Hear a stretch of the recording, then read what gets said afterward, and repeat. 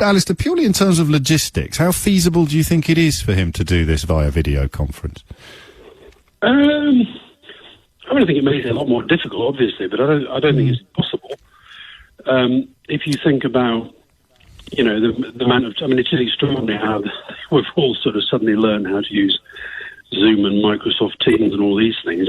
I think yes. I don't know what his kind of working style is, whether he likes to have a room full of people, whether he doesn't.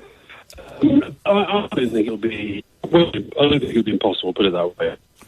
But we may have amazing technology. I'm not sure it's going to extend to keeping this particular phone line up for much longer, but we'll press on until it becomes impossible.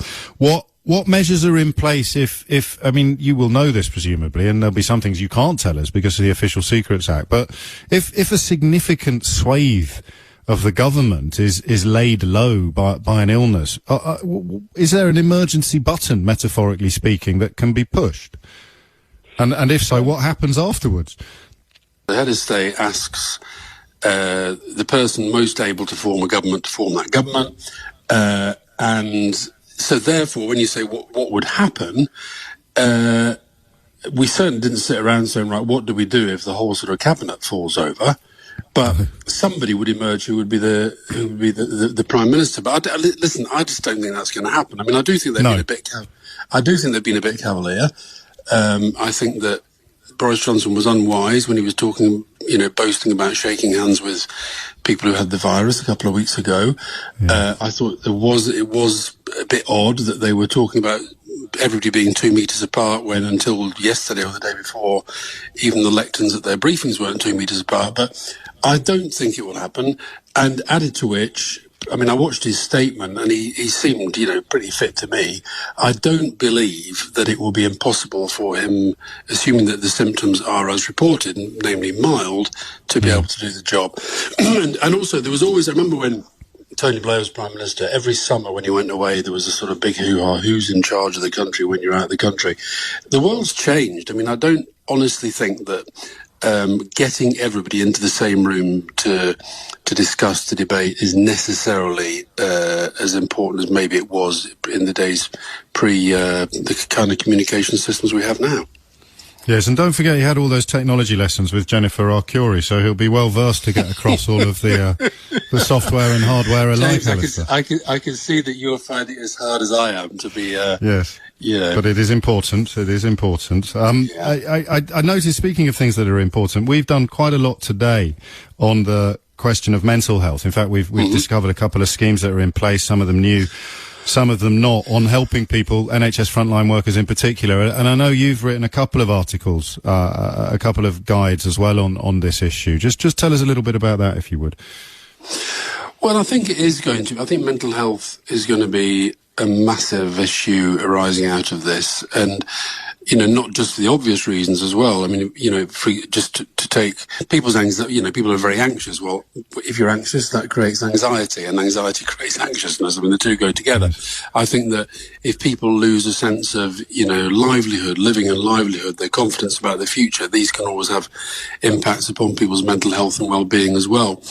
And what I've been trying to say in the 2 blogs that I've written about it is that I think there is an awful lot that we can do for ourselves.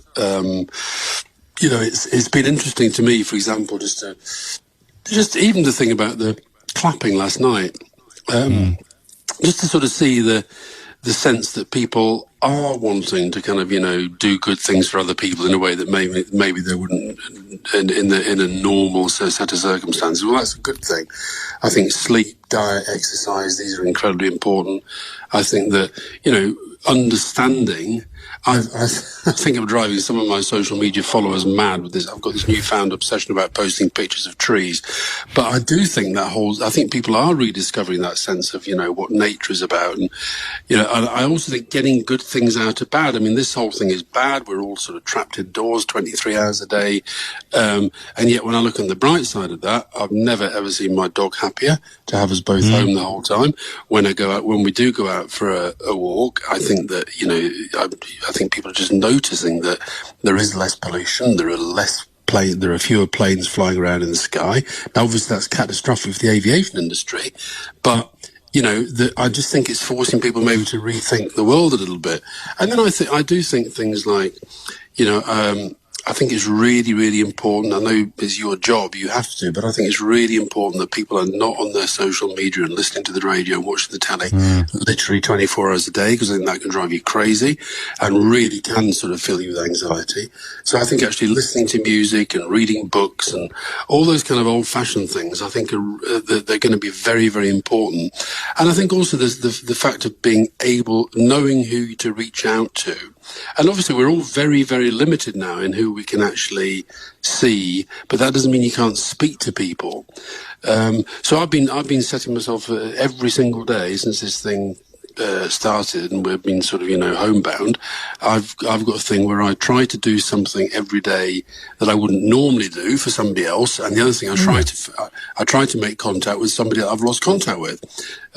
So I think these things all help deal with kind of depression. How can you be sure? Isolation. How can you be sure they want you to? Well, you just have to trust your judgment on that, James. Alastair Campbell, many thanks indeed.